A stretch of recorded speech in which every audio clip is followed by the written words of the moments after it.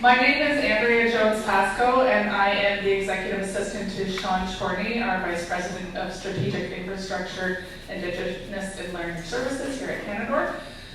It is my privilege to introduce Harriet Madigan in a moment.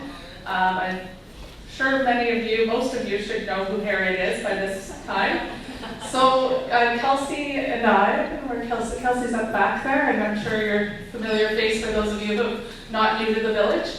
Kelsey and I have been working the last few months together with Harriet to start a webinar and speaker series. So we're very excited about this project.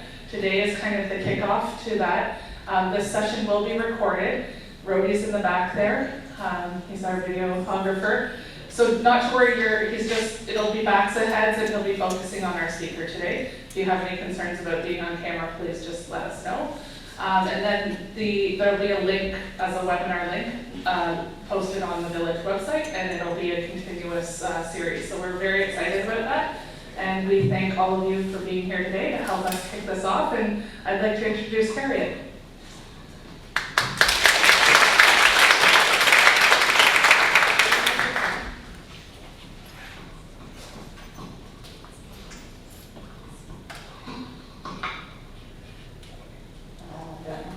Can you hear me all right? Oh, okay. Yeah, I was going to say, please turn off your phones or put them on mute, please. Before I start, I just want to acknowledge Michelin verse. Hi, Michelin. The reason I'm here, one of the reasons I'm here is because of Michelin. And I want to say a very big thank you. It's been quite a journey, and we've done it together, and I'm greatly appreciative. Thank you. So, welcome to the Village Canadore College, and the first recording of our Living Well series, The Faces and Stories of Northern Ontario. And I'm very excited. I'm going to be the host of the series.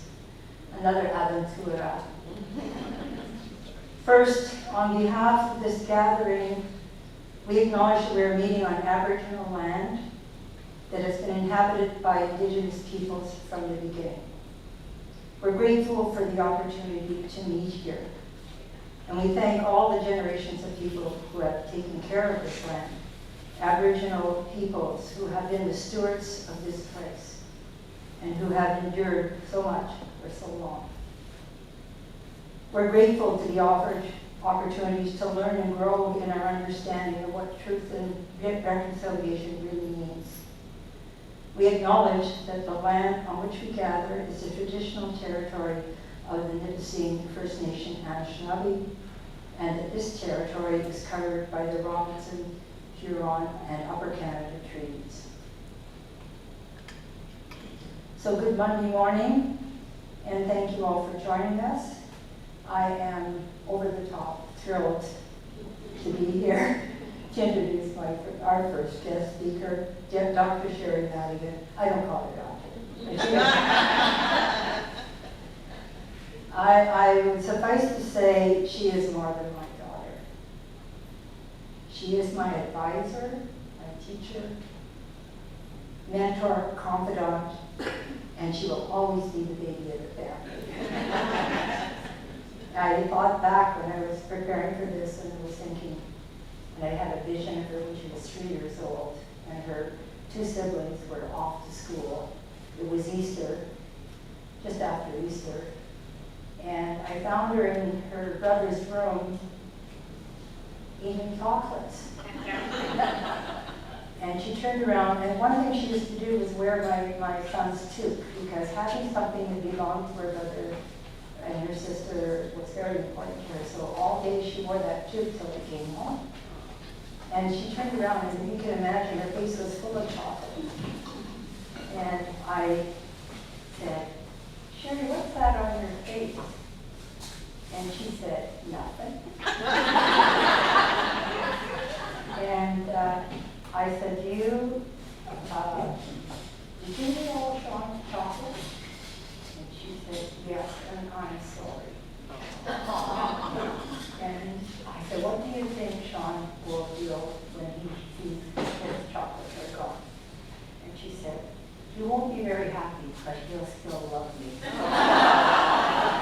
I thought, you know, there's a story of sort of self-inflicted adversity and resilience, and knowing that she was loved, and no matter what, she would be loved.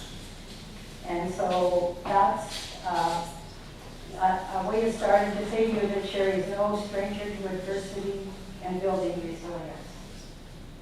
But that's another story that she needs to tell, not me. Today, Dr. Madigan is a clinical psychologist, professor, Canada Research Chair, and director of the Determinants of Child Development Lab in the Department of Psychology at the University of Calgary and the Alberta Children's Hospital Research Institute. Her research is primarily focused on understanding how children's early social experiences and relationships can influence their learning and mental health trajectories. Intergenerational risks from parent to child, particularly the identification of mechanisms that contribute to risk, such as resiliency factors that mitigate them. Ultimately, she seeks to create and mobilize knowledge that advances the field of developmental science and impacts the lives of children and their families. She was recently awarded the prestigious Royal Mac Gainsland Prize for Mental Health Research in 1922. Oh, sorry, 2022. I was a little nervous, I guess.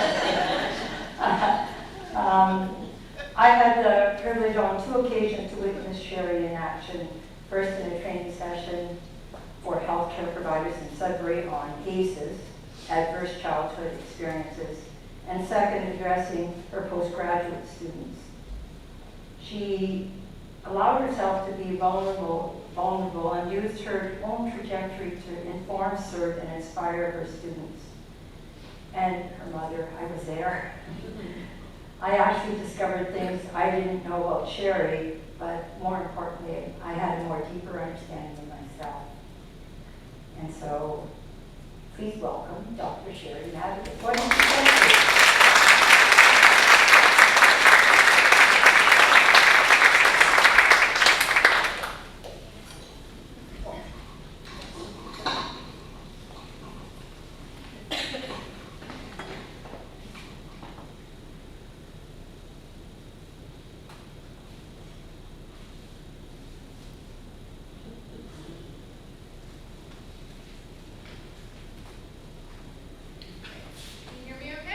No.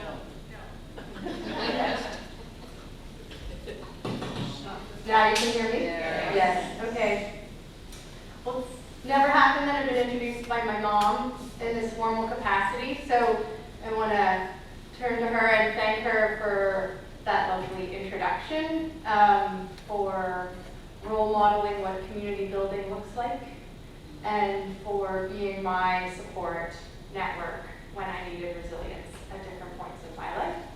And so it's a very nice honor of mine to talk about the science of adversity and resilience when my own safety net is sitting in the room. So for me, that's a real privilege. So thank you all for coming today and for having me. And thank you to the village for hosting me and Canada College. It's a delight to be back in my own stomping grounds and to talk a little bit about my journey along the way to where I am today. Before I get started, I really want to take a moment to acknowledge the lands that I live on. I get to work, live, and play in Calgary, Alberta, and this is the traditional territories of the people of Treaty 7. The city of Calgary is also home to the Métis Nation of Alberta Region 3.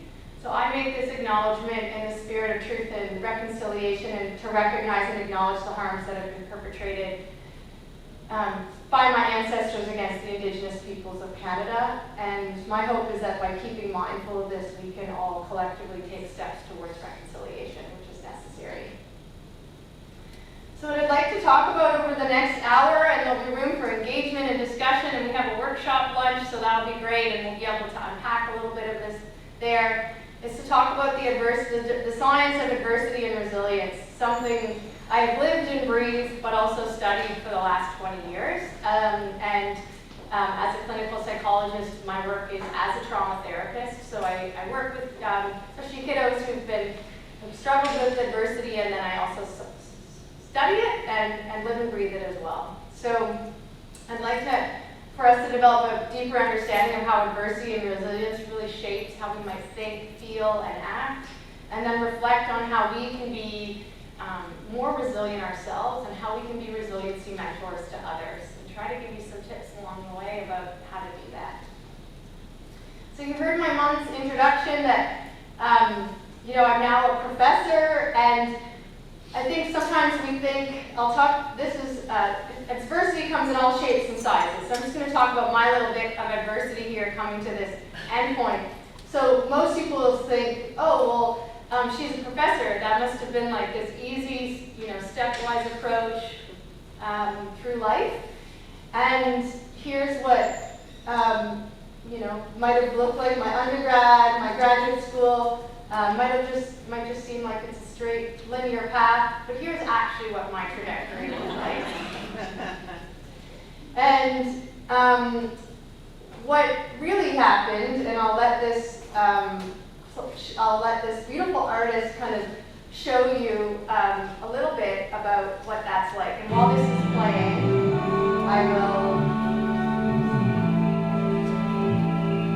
I'll just play it for 1 second.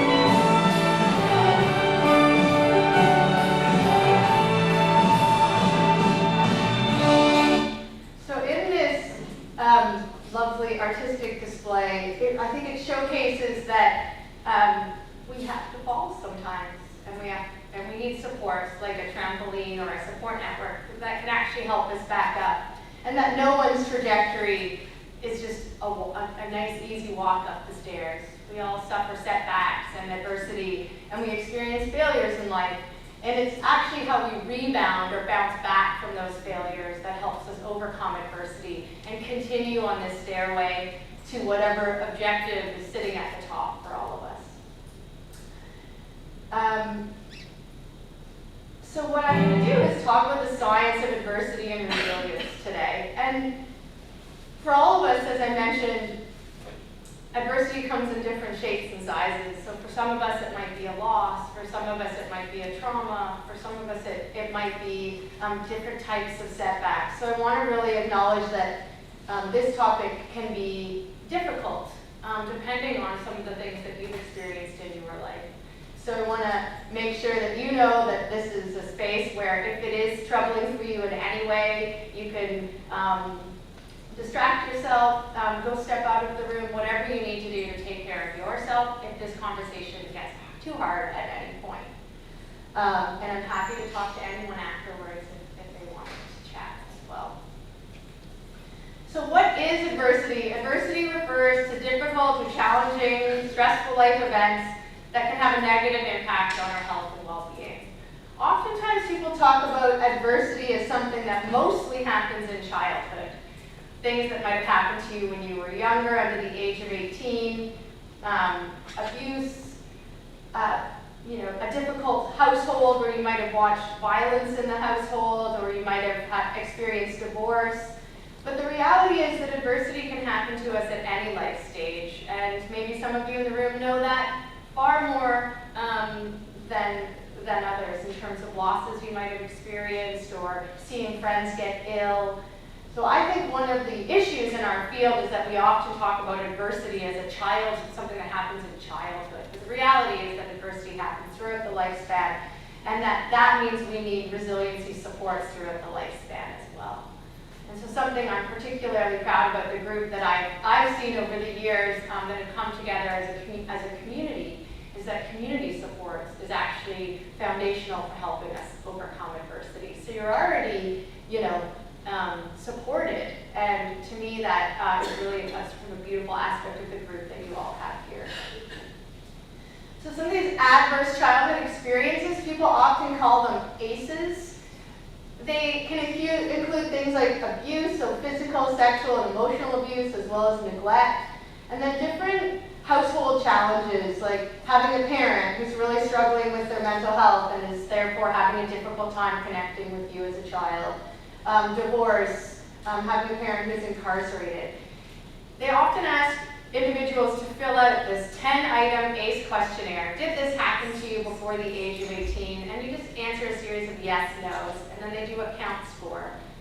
And this measure has actually been adopted throughout the world as a measure of something that might even happen at your physician's office, where you are asked about it so you can then talk about how these experiences might be connected to how you're doing today. And later on, I'll talk about one of the ways we've evaluated whether that's actually an effective way in terms of screening for these in a physician's office. And then that question is often, when you were growing up, during the first 18 years of life, did a parent or other adult in the household often or very often swear at you, insult you, put you down, or humiliate you? And you would either answer yes or no to this. And there's a series of 10 questions like this.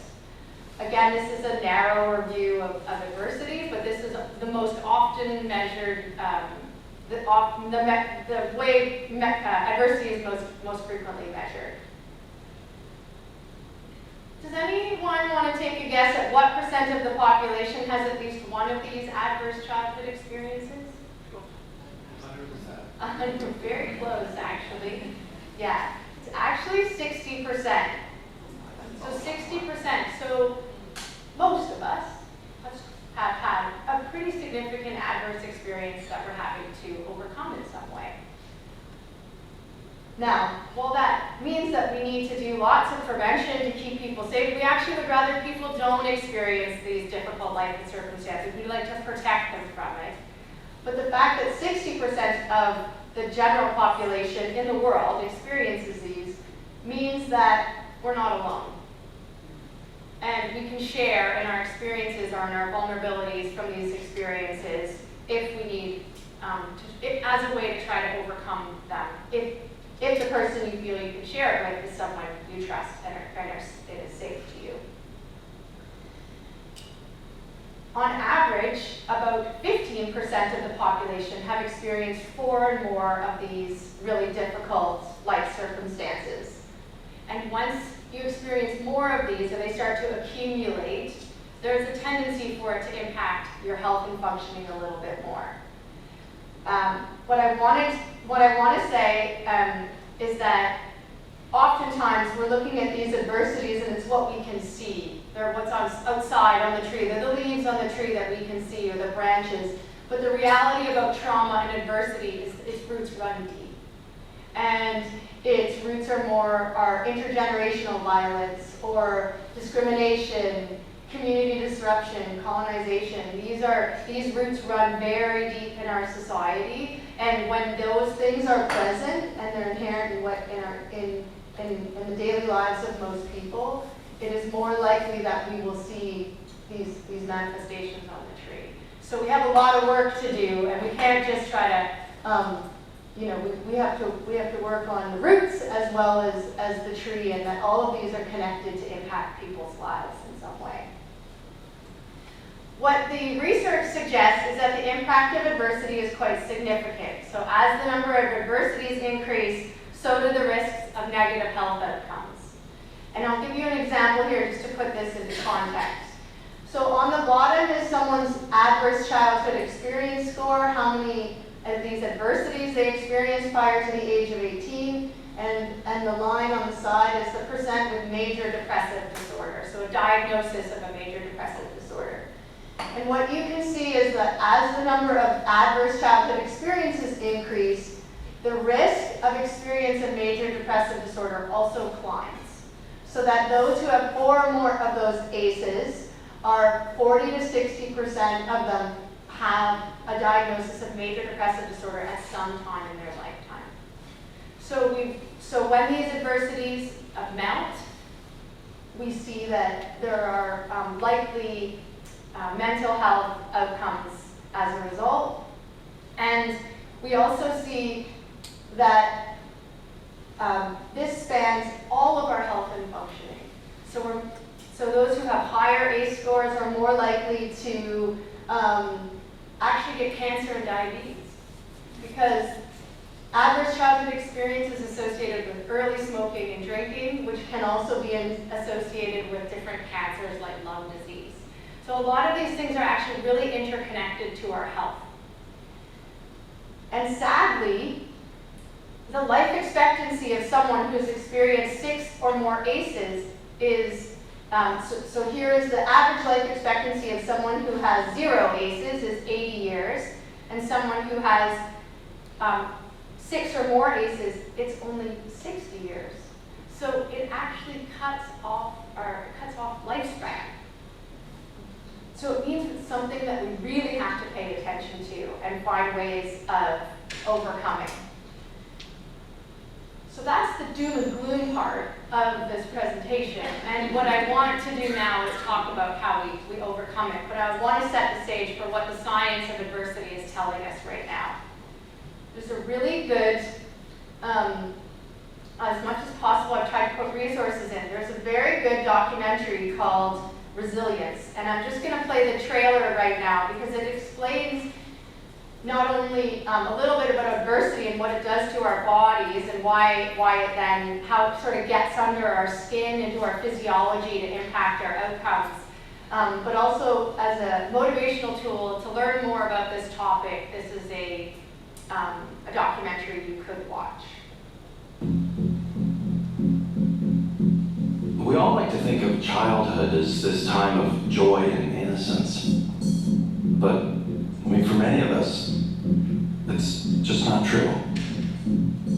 When you grow up in these type of situations, it's not something you talk about. I know I did.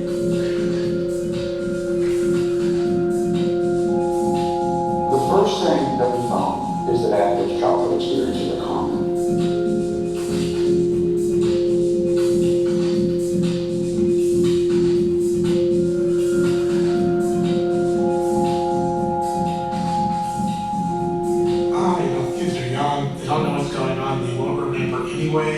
Well, the child may not remember, but the body remembers.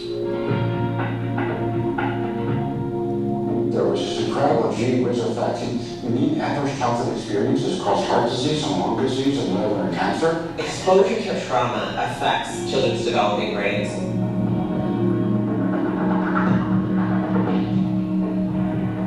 The impact is on your behavior, it's on your heart, it's on your DNA. Like, how do you deal with all that? I don't reach out because I'm used to that. We have a whole new body of knowledge now that could open up what we have up till now been seen as intractable, unsolvable problems. No child can be punished or kicked. No child can be punished or kicked. If you can get the science into the hands of the general population, they will invent very wise actions. Do you feel like any of the interventions have been making a difference? They made all the difference in the world. It's there, it's possible, and a defeatist attitude is completely disconnected from what 21st century science is telling us. And we should be going after them like a bear.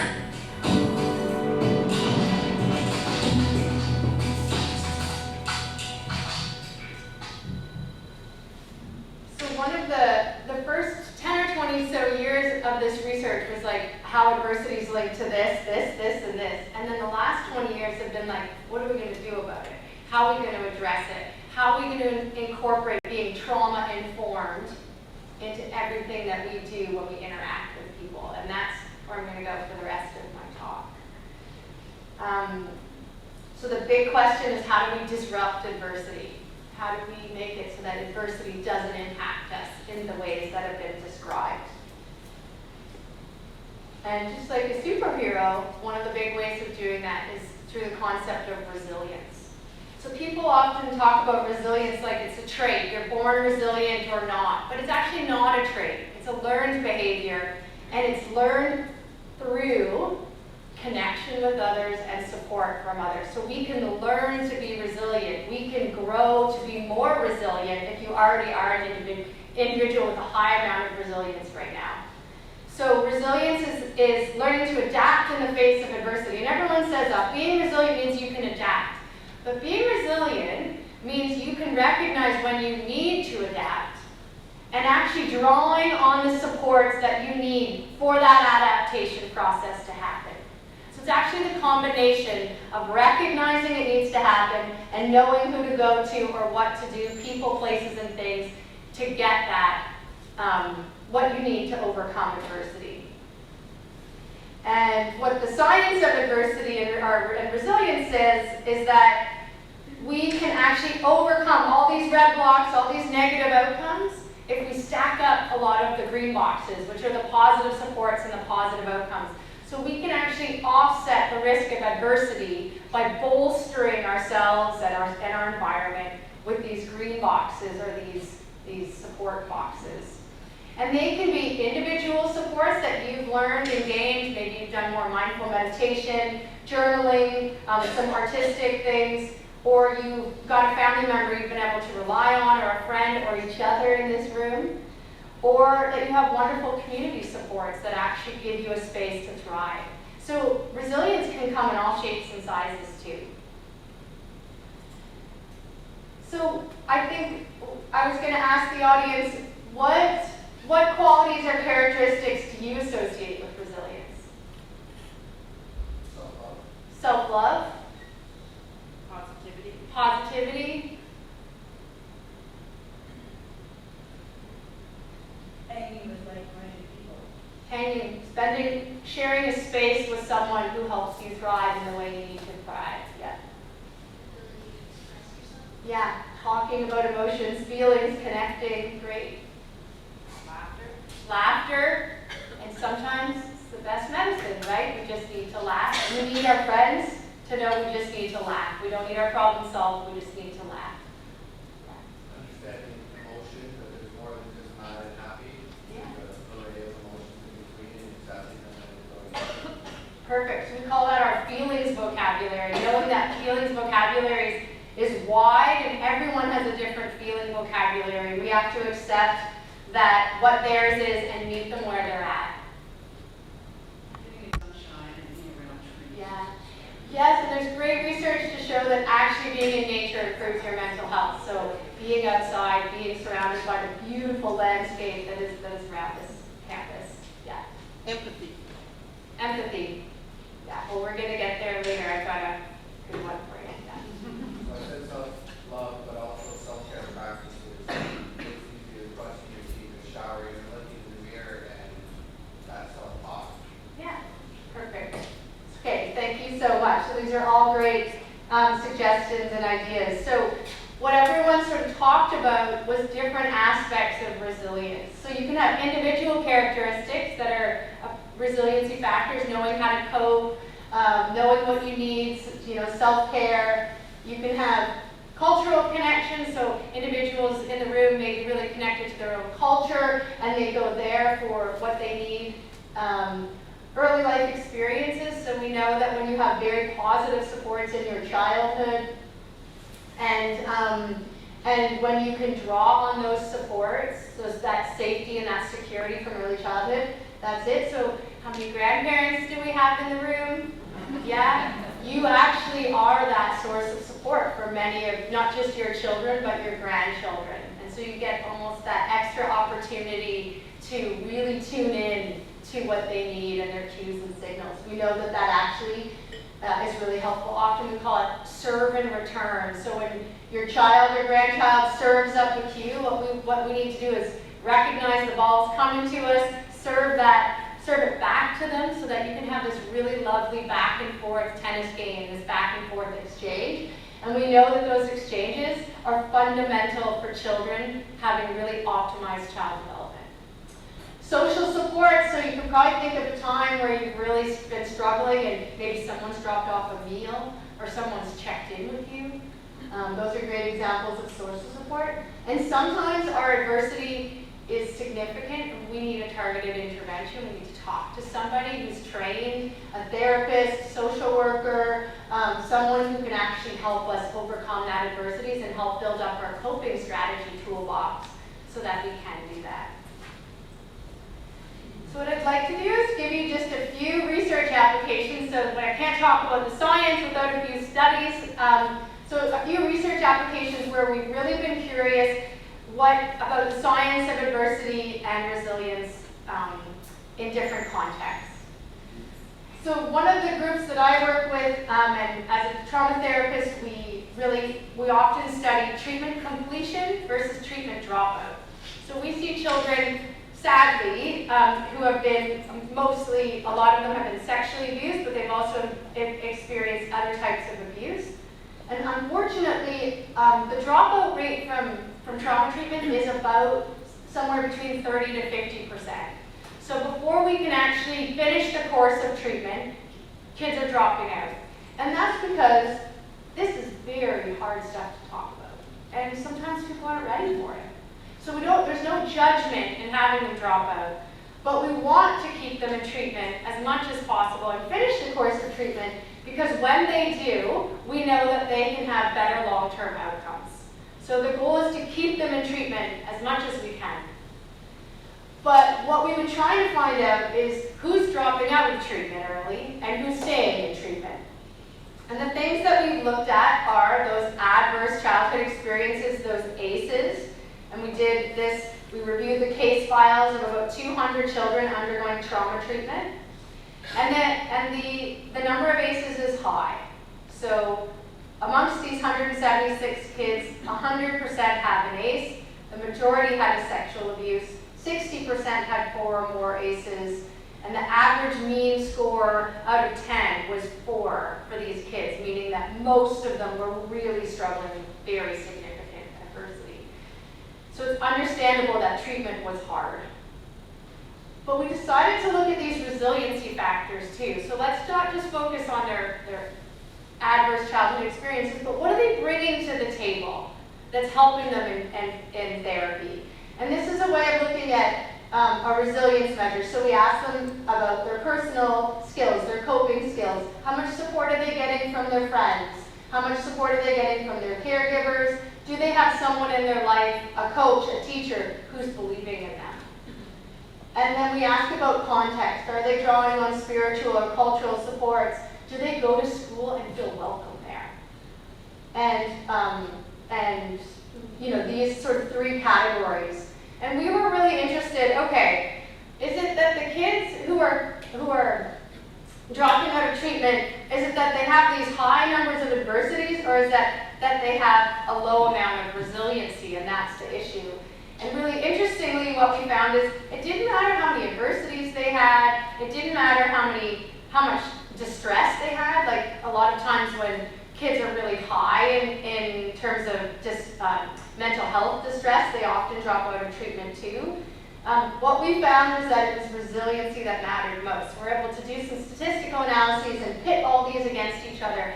And what came out was that if you had a high number of resiliency factors, you actually were more likely to stay in treatment. And that mattered more than anything else.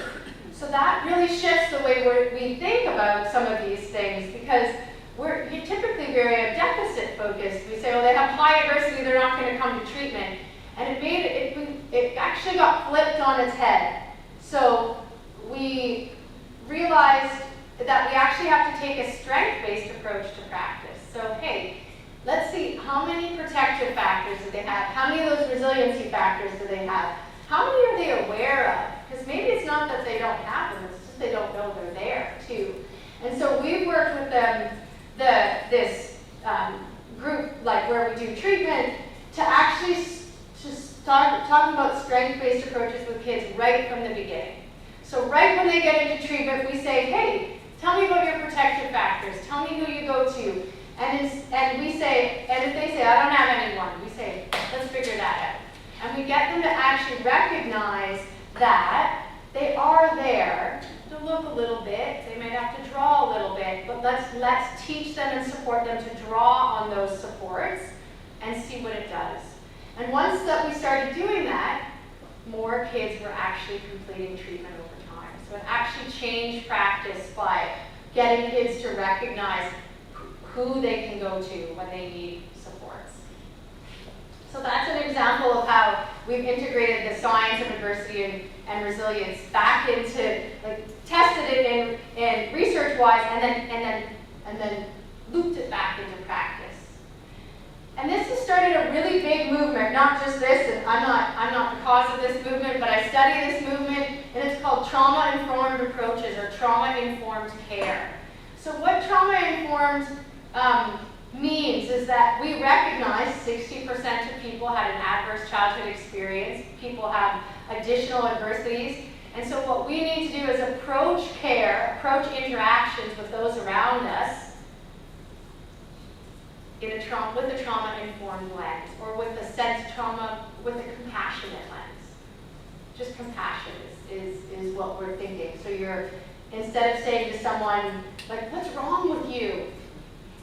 We recognize what might be driving some of those behaviors is actually the experiences that they had. And so if we shift and say, what happened? It actually is going to allow us to be more engaged and connect with them. So it's actually trying to shift the way we're thinking about how we interact with people, so that it's at the front end of it is always that if we approach things in a trauma-informed way, we'll actually make space and create space for people to actually feel like they can connect with us. So trauma-informed principles are that we establish physical and emotional safety. We want to build trust with people. So in a practice setting, this might be making sure that kids, for example, or anyone who comes in, for example, to the ER and wants to disclose something about something difficult, nobody else can hear them. So it's not just a curtain, but it's a space for them to feel like they can safely tell us what's going on. So it's trying to create safe spaces for disclosure or for connections. Teaching practitioners all at different stages of training and professions to recognize signs and symptoms of trauma, to recognize the impact that it has on the body and the brain and thinking, to make sure that we provide care that's sensitive to all different kinds of identities and experiences. Really importantly, to empower choice over the decisions that affect people. So when someone comes in and is struggling, or even with any kind of adversity, giving them choice can actually be really empowering. So I can see you have something to tell me. Would you like to talk about it here? Or we can go over here to a room that has a little bit more privacy. So giving people choice in the decisions that affect them can be really empowering. And then validating experience. So we often want to, I think, absorb people's pain and say, oh, it'll be better tomorrow. It's okay. But what people need to hear is like, that's hard. That sounds hard. I'm here for you. Rather than saying, let me solve it for you, which is our immediate instinct, and we'll talk a bit more about that. So when someone's had a difficult life circumstance and wants to talk about it, they need to know that they're going to be heard and listened to. And that, just saving the space for someone to do that, can be really valuable in terms of building their resilience. So one more research application. We really wanted to test does this idea of trauma-informed care, which is something that's actually really gaining momentum in the medical field, does it make a difference? So we partnered with a group called the Riley Park Maternity Clinic at the University of in Calgary. They see 1,700 pregnant moms a year and their families. So it's a low-risk maternity clinic. And they decided as a team of about 40 physicians to change their practice to being trauma-informed. So to recognizing that some of the moms and dads who were coming in, this transition to becoming a parent might be really difficult if they had a lot of childhood experiences that they didn't feel comfortable and safe in. So that and as a result, they needed to be really trauma-informed. So they did all kinds of training. They did monthly lunch and learns, something called communities of practice, where they would work together, talk through cases where they found it challenging. They would practice asking people about their adversities. They did implementation and evaluation, and they did skill building exercises, because some of the physicians, they're like, I don't want to do this. I don't want to open a can of worms. I don't want to ask people about their adversity. And in the end, it's not really asking people to tell you all the nitty-gritty of their adverse experiences. It's just really to recognize that they occurred and that it might be impacting how you're feeling today. So it doesn't mean you have to do a deep dive on someone's adversity. It's actually just recognizing that they may have occurred in the first place. So they would ask questions to their patients. This is a question you could ask yourself, but they might ask their patients, how has your adversity growing up impacted you today? So at 20 weeks of gestation, when the moms would come in, they'd ask them this question, and they'd say, what supports did you have growing up, and what resources would you like now? Simple questions, just to connect the bridge between how adversity can shape how we're doing today. They asked me to come in and they said, can you evaluate this? Can you see, we've done all this, really truly amazing work in shifting their entire practice, and really their frameworks around how to interact with clients through a more trauma-informed lens. And they said, well, can you see if it actually makes a difference? Of course, that's a tall order, because you want to see a difference, but you don't know what's going to happen. So what we did is we went in and we reviewed all their files where they did trauma-informed care. We asked them important questions like, when someone did have one of those high ACEs scores, what'd you do? And the physician said, I just spoke 5 more minutes with them. And we didn't have to talk about it, but I knew they might need more time over the course of my treatment with them. And 5 extra minutes in a physician's office is actually a lot when typical visits are 10 minutes. So they booked about 50% more time when a mom might have had a really high ACE score, so that the space was there if it was needed. When research shows that when moms have really high ACE scores and they're pregnant, their children are more at risk for problematic birth outcomes. So they're more likely to be born early, low birth weight, have traumatic births. So ACEs is actually linked with greater risk for birth complications. But what we found when we did our research is that those who received the trauma-informed care from the physicians during their pregnancy, we actually saw a reduction in their adverse birth outcomes. So that little bit of time over the course of a pregnancy, which was really just opening up space for the discussion and trying to bridge connection that, yes, those early child experiences must have been really hard for you. How do you think it's impacting your pregnancy? Was sufficient to actually reduce birth outcomes. And once we reduced birth outcomes, we actually set kids on a more positive pathway. Because when kids are born early, when they're born in low birth weight, it actually does have impacts for their language development and how they behave and think. A lot of kids catch up, but some kids don't. So we actually want to prevent negative birth outcomes, adverse birth outcomes to begin with. So just that little bit of trauma-informed lens really mattered. And this is kind of connected to one of my favorite quotes was from Desmond Tutu, which is, there comes a point where we need to stop just pulling people out of the river. So let's not wait for that child to have language delay. No, let's not pull them out there. Let's connect with the mom during pregnancy. Let's go upstream. Figure out why they're falling in, maybe because of those adversities, and actually connect with them there so we can prevent them from the kids having problematic outcomes later. So, how do you build this resiliency toolbox? That's where I'm going to go next. So we can actually continue to always build our toolbox. There's always room for improvement. It's definitely a learned skill. It can be done by developing, strengthening relationships over time, intervention strategies, stress management, mindfulness, all these things that might be helpful for you. And at the workshop, we'll talk a little bit more about that together, what works for you in particular.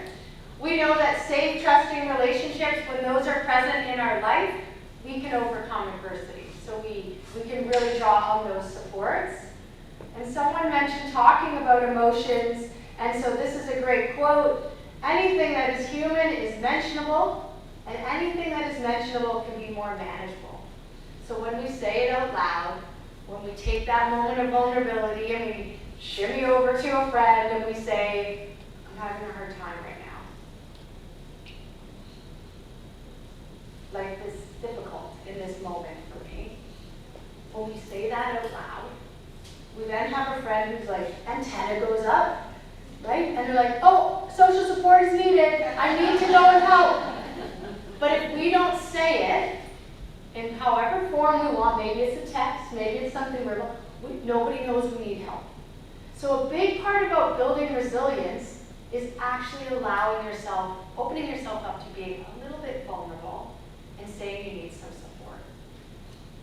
So I have a friend, and we have this rule. We have an acronym, and we say today is an ETA day. And ETA stands for Embrace the Suck. Things aren't going well for me today. I'm trying to embrace it. But then that person knows to write back and say, how can I support you? What do you need? Or they just send a funny emoji because humor seems like the best thing, which is what someone mentioned. But we have a pact that even though we don't want to talk about it, or we may want to talk about it further, but we have to tell them, each other. Because I need to let somebody know today sucks for me. Not today. Today's great. Love being with all of you. But on a day for me that sucks, I need to tell somebody it's not really going well for me today. It's been really hard. So anything that's human is mentionable, and anything that's mentionable can be more manageable. So we really do have to open ourselves up in those ways. And if you are someone who's like, hey, I want to be more trauma aware or trauma informed, this is a really great way of actually understanding that. So if you have a friend who tells you like, I have one of those high ACE scores, and you want to learn more about it, this is a free 3-hour course that you can actually learn. It goes through a series of modules, and you can learn all about adversity and protective strengths. It's a really, really well done. It's just called Being More Trauma Aware. So we need to lean on our supports, and that's what we have to get comfortable with, and whether that's cultural support, social support, individual supports, or family. If we want to build resilience, we have to get comfortable, getting a little vulnerable, and leaning on those supports. So if we're going to all leave this room knowing, like, I gotta lean over, then we all also need to learn to be in that resilient support, right? So how do we do that? How do we become that supportive presence for somebody else? And I mentioned earlier this idea that if we switch our lens to saying, perhaps your friend's particularly cranky today, and you can say, what's wrong with you today? What's going on? You're so cranky, Maybe everyone's replaying having heard that in their life. If we switch it to, I wonder what happened to them today, that they're struggling so much. So it's like shifting the lens to like what might have happened, instead of saying what's wrong with you. Because what's wrong with you is very judgmental.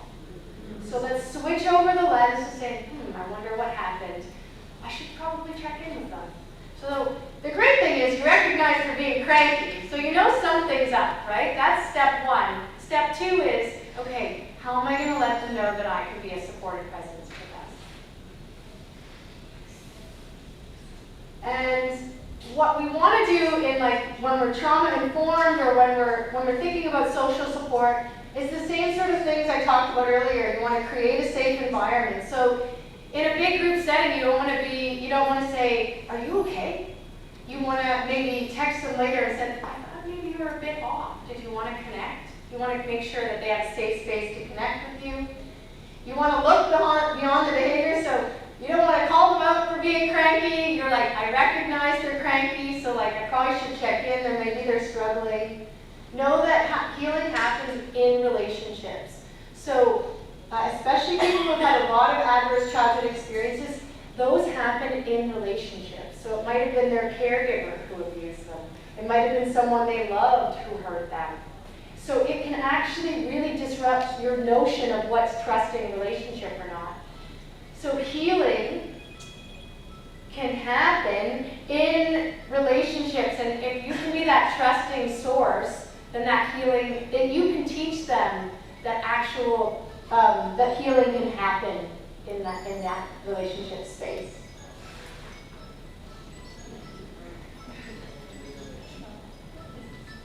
I'll just maybe wait a second. Okay. No judgment, it happens. So meet people where they're at. So you might want to know more, like, hey, what's going on with them? And they say to you, I'm fine, I don't want to talk about it. We don't have to push them. We just say, okay, when you are ready to talk about it, I'm here. I'm here for you. Be predictable and consistent. That tells people what they can expect from you. They know when they know what to expect from you. And then support and empower choice. All right, so back to this quote. Anything that is human is mentionable, and anything that is mentionable can be more manageable. So now let's go on the other side. Someone comes to you, and they open up, and they express that vulnerability or that they need to connect. So what do we need to do? We don't need to problem solve. We need to empathize. And that's actually hard to do, because I think we're innately programmed to want to problem solve and fix it. Right? Especially with our kids, because we just want to make everything better for them. But what we need to do is start with empathizing. And what is empathizing? Well, empathizing is taking perspective. So, okay, I'm going to get into their mind for a second. I'm going to try and figure out what's going on for them. Or I'm going to try to understand why, this is a struggle for them. I'm not going to judge anything.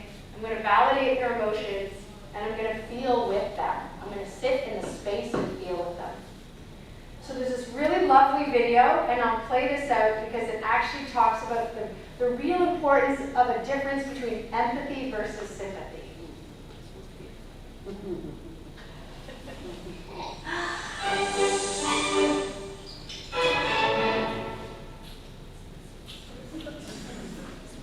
So what is empathy, and why is it very different than sympathy? Empathy fuels connection. Sympathy drives disconnection.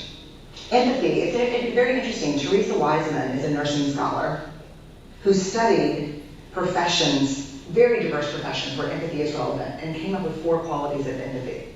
Perspective taking, the ability to take the perspective of another person or recognize their perspective as their truth. Staying out of judgment, not easy when you enjoy it as much as most of us do. Recognizing emotion in other people and then communicating that. Empathy is feeling with people. And to me, I always think of empathy as this kind of sacred space where someone's kind of in a deep hole and they shout out from the bottom and they say, I'm stuck, it's dark, I'm overwhelmed. And then we look and we say, hey, I'm down. I know what it's like down here. And you're not alone. Sympathy is, ooh, it's bad, huh? No. You want a sandwich? Empathy is a choice, and it's a vulnerable choice, because in order to connect with you, I have to connect with something in myself that knows that feeling. Rarely, if ever, does an empathic response begin with at least. I had it, yeah. And we do it all the time. Because you know what? Someone just shared something with us that's incredibly painful, and we're trying to silver lining it. I don't think that's a verb, but I'm using it as one. We're trying to put the silver lining around it. So, I had a miscarriage. Oh, at least you know you can get pregnant. I think my marriage is falling apart. At least you have a marriage. John's getting kicked out of school. At least Sarah is an A student. But one of the things we do sometimes in the face of very difficult conversations is we try to make things better. If I share something with you that's very difficult, I'd rather you say, I don't even know what to say right now, I'm just so glad you told me. Because the truth is, rarely can a response make something better. What makes something better is connection. So really powerful video by Brene Brown. So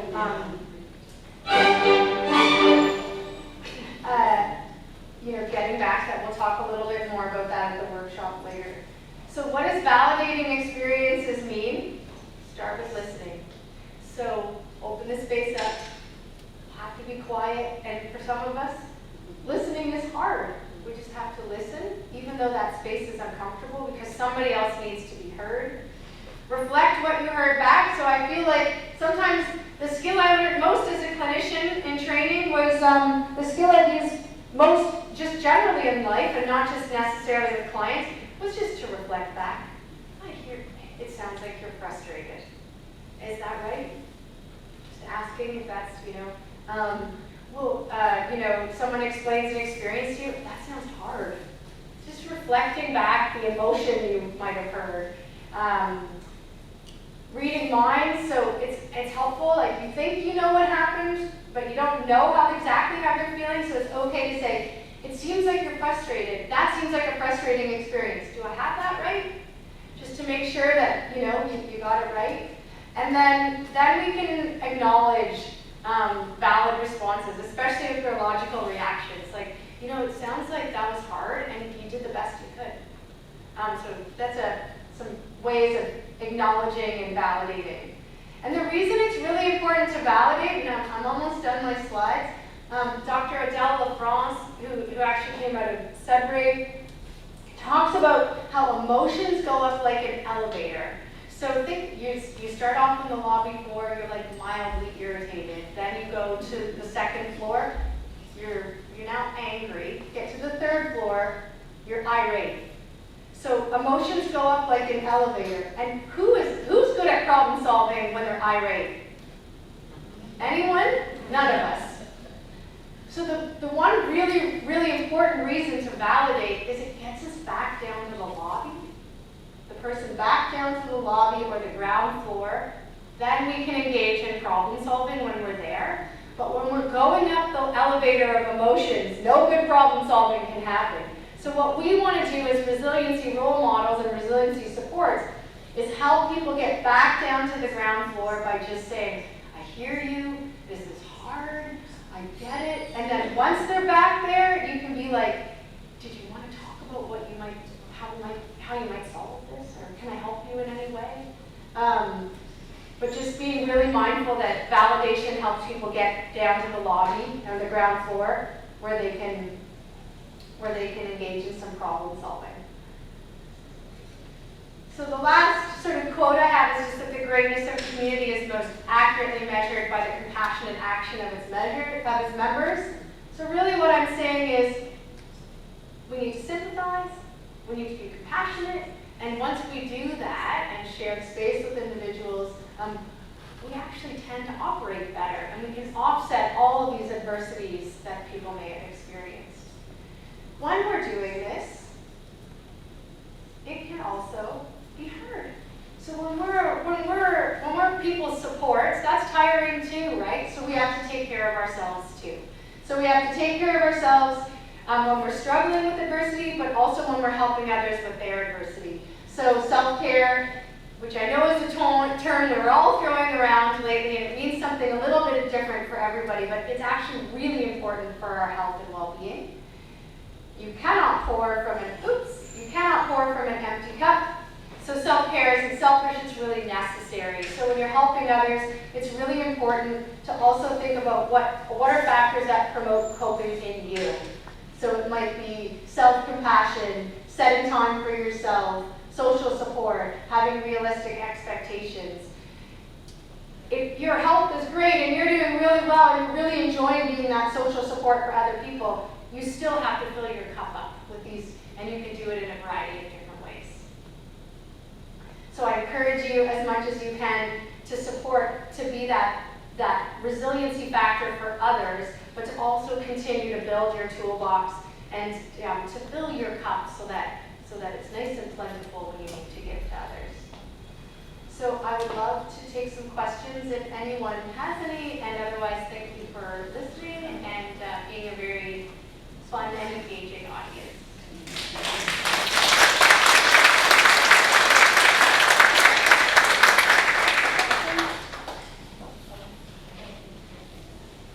Sue, go ahead, say your question.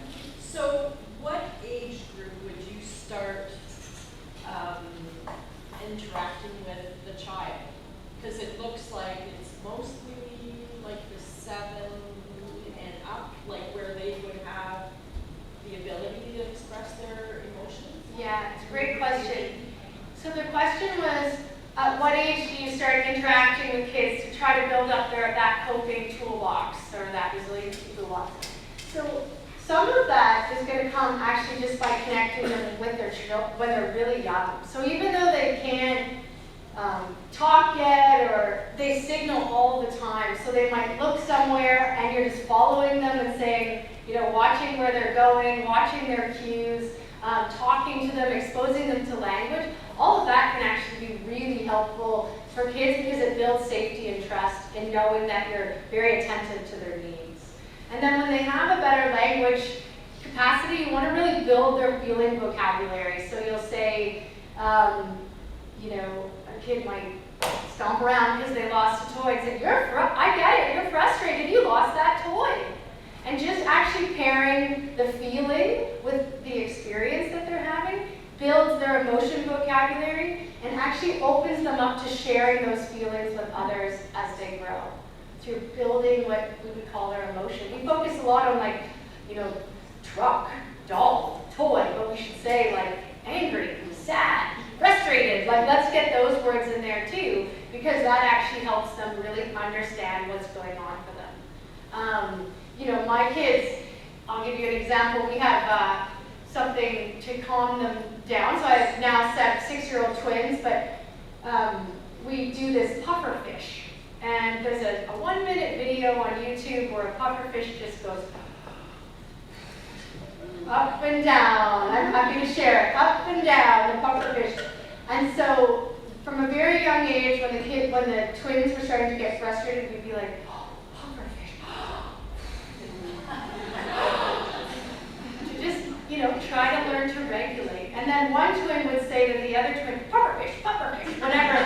So it created this language in our house where everybody knew what to say when they were getting frustrated. So just learning, like, you know, that these things, it's okay. We're allowed to get frustrated. We need to calm down. I still get flustered. And I need to calm down. And I can't do like overt puffer fishing because that would be weird. But I puffer fish all the time, just, you know, in a less observable way. So when kids are older and they've had a really traumatic experience, they may need, you know, intensive therapy, but we can build the building blocks for coping strategies at a very early age so that when they are faced with adversity, they have a lot of strategies to overcome it too. And it starts right from the get-go. Another question? Carolyn? I was taught to be my cup's half full, so when anything happens, try to be good. Now I'm more sympathetic and empathetic. I don't know what I'm used to mirror. But I always try to find a good point, so a lot of people think they're empathetic. I couldn't hear it. Okay, so I was taught cup's half full. So if someone tells me a problem, I try to find something good possible to happen, which makes me sympathetic. Yes, I see what you mean. And that I'm happy to try to teach not to do, because I thought that was good for me when I was growing up, as life is going bad, but finding something to look at. Yeah. But it becomes sympathetic, not empathetic. Yeah, so great, for sure. So I think what you're explaining is what we were taught when we were younger was if someone's struggling or someone's half full, to be like, it'll be better tomorrow. Just dust off your knees, get back up there, right? Just like, let's override it with these, with positives. But what that does is it doesn't allow anyone to feel heard or listened to. And so it sounds like the comment was just that you're now having to retrain yourself a little bit to try to be empathic. I would say kudos to you because you've recognized that that's actually a skill you want to learn. So just the motivation to try to be more empathic is a win in and of itself, right? If everyone leaves today being like, I'm going to try out those empathy skills a little bit more, we're all going to be a more empathic and compassionate community. And I do think that that's actually going to help a lot. You're going to make a difference in the life of somebody else by maybe just having that one moment where you're like, nope, Don't go to sympathy. I'm gonna actually try out this empathy. And at the workshop today, we're gonna talk really concretely about ways to do that. One strategy is to never say at least or but. So, I see that you're frustrated, but I mean, you know, well, at least your other kids are doing okay. Nobody can really feel that, right? So one of the strategies is to put because in there instead. So, oh, I can tell you're frustrated because you were late, that person got mad at you, and now you're embarrassed. And so if we say because, it actually forces us to connect and validate. Whereas if we use but or at least, you know, we're not validating, we're actually devaluing what they might be experiencing. So try to train yourself to say because as one strategy. Yeah, but I appreciate you really sharing that because I actually think that that is a difficult space to recognize that we do it. And to be honest, we all do that. We all just want a Band-Aid all the time. And that's okay. Well, that's helped me when I was growing up. Yeah, that helped you, yeah. That helped me. Yeah. Everything's gonna be okay. Yeah. That's all I need. Yeah. Go ahead. About sympathy cards? Yeah. We should call them empathy cards, maybe. Yeah. Or when we're writing our messages, we make sure it's filled with empathy. Yeah. Okay, go ahead, Ben. I just want to touch on that comment about that optimistic mindset that, you know, the companies have to hold, and that's coming from within to yourself, that thought, that's important. But when you're delivering that to somebody else, that's when it becomes sympathetic. But when you have that outlook that I can get through this, there's more positive to come, that's coming from within, that's okay. So yeah, that's a really important distinction. That, you know, things can get better. That's from within. And when you come from that mindset, that's important. That's building, that's self-growth, that's looking at a positive outcome. It's when you're projecting that onto other people when they're going through their difficult times, they have to come to that awareness. And then that's where that energy comes. Yeah, and I might have misunderstood what you were saying, sorry, if I didn't get it right. Okay. Optimism is a wonderful characteristic, and actually optimism is a form of resiliency, like it can be a resiliency factor. And I think you're pointing out something really important, which is that it's okay to be optimistic, but when someone else is struggling, what we want to do is not override it with optimism, but connect with the experience. All right, yes, last question, I think. Okay, so big feelings are for children expressing their big feelings, and they're able to tell, you know, so a little 2-year-old is either frustrated, happy, whatever, going on about feelings all the time. It's just going through that process again, acknowledging the feelings, because I also was pull up your bootstraps and get moving. But what I think I hear you saying is, for young children, like a 2-year-old that's able to express other people's feelings and her own feelings, that you're acknowledging that, and then and possibly trying to figure out the because, and then the strategy, maybe like pufferfish, so that you shouldn't devalue the multitude of big feelings every hour. Yeah, and you know, we can only go so far too. Like sometimes you got to get out the door. So of course we need to be tolerant, we need to validate, but there also is just the practicalities of life too. So I'm not saying continue to validate for an hour, but more like I hear you, I understand this is frustrated. We need to go to get to the doctor's appointment. And when we get home, we're going to sit down, we're going to read a book, we're going to connect again about this. And I think one important thing is we don't want to shelter everyone from adversity. We want to shelter people from really tough adversity. But we actually all need to be inoculated with stress every once in a while because we actually have to know how to overcome it.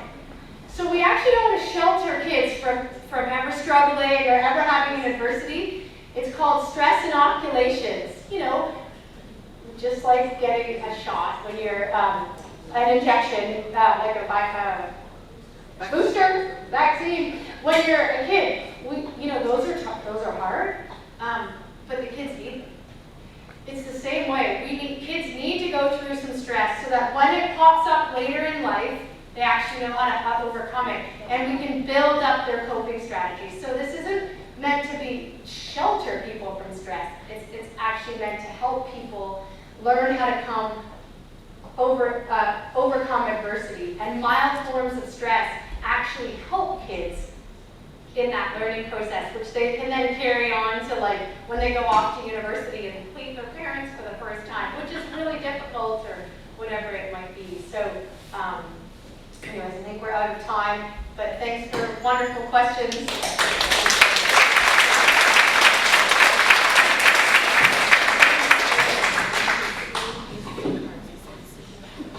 I only have one comment to make. First of all, Sheri, I learned more today than the last time you did the presentation.